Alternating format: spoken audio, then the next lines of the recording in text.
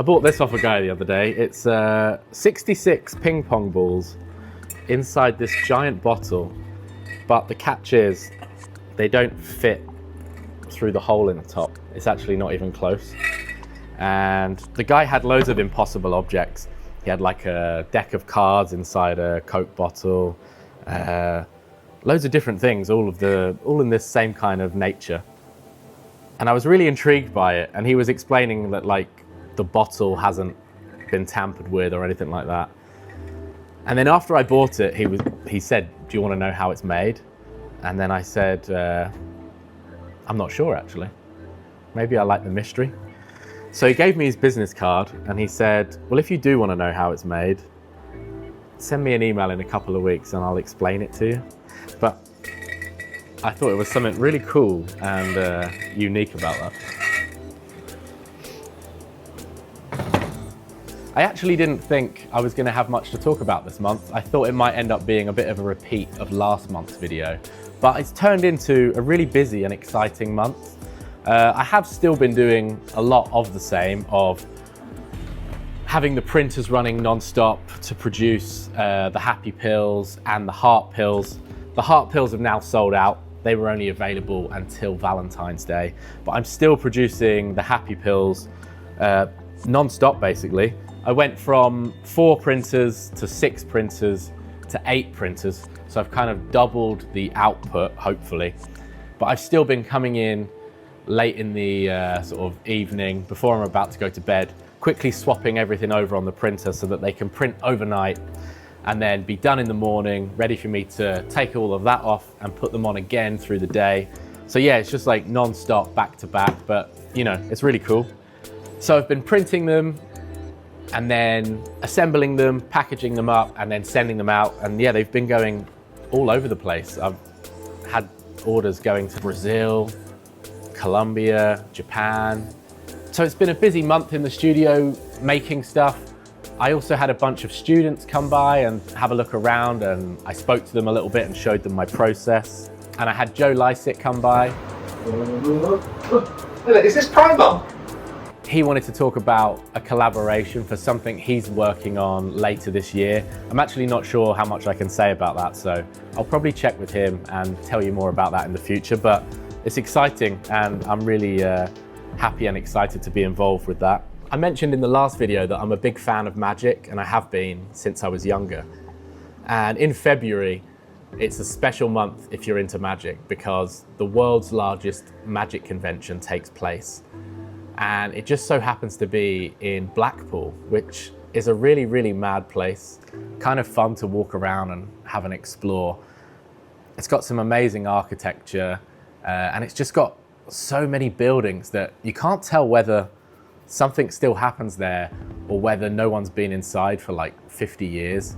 So yeah, it's a really interesting place. I got up there, I checked into this hotel, which was a really amazing hotel, and it's got a lot of history. It's got all these kind of little plaques and photos of famous people that stayed there. And it was said to have been Winston Churchill's favorite hotel. I think he had his own little secret bar there or something like that. But it was cool. It was like a really grand hotel, and you can see how special it would have been back in the day. But now it's kind of feeling very tired and a little bit run down. But it was cool. It had this kind of nostalgic charm to it. So it was the Thursday morning and I was having breakfast and I was just chatting to my friend Ed on WhatsApp, and then we were talking about what we were going to do that day. He was up there as well. He's another magician. And then he just casually said, "Oh, I just walked past David Blaine." And then I immediately rang him and I was like, "Are you kidding? Really?" And he was like, "Yeah, I just walked past him." And I was like, "Where are you? I'm going to come meet you." Because basically I've been a fan of David Blaine since I was a kid. I actually went up to London with my brother when I was about 15, and that was when he was going into the glass box by the Thames. And even now I look back at that and I think, what a great stunt, what a great piece of kind of performance art. The fact that he was in this glass box for 44 days with no food, just water, kind of watching the world go by. And I just think there was something really amazing about that. I rang my friend. I was like, "Where are you?" I ran to meet him, And then we saw sort of David Blaine in the distance at this event. And I sort of followed along, tapped him on the shoulder, said, "Oh, sorry to interrupt, man, I'm a huge fan." Explained how I'm an artist and told him about the bronze rabbits, because luckily I had one in my bag, so I had taken this bronze rabbit out ready to give it to him. And yeah, he was just really nice. So I explained about the bronze rabbits, gave it to him, and he seemed to really like it. He was really looking at it and sort of feeling the weight of it. And he was like, "Wow, this is amazing, this is beautiful." And then he said, "Yeah, do you want to take a photo?" So we had a photo, me and him holding the rabbit.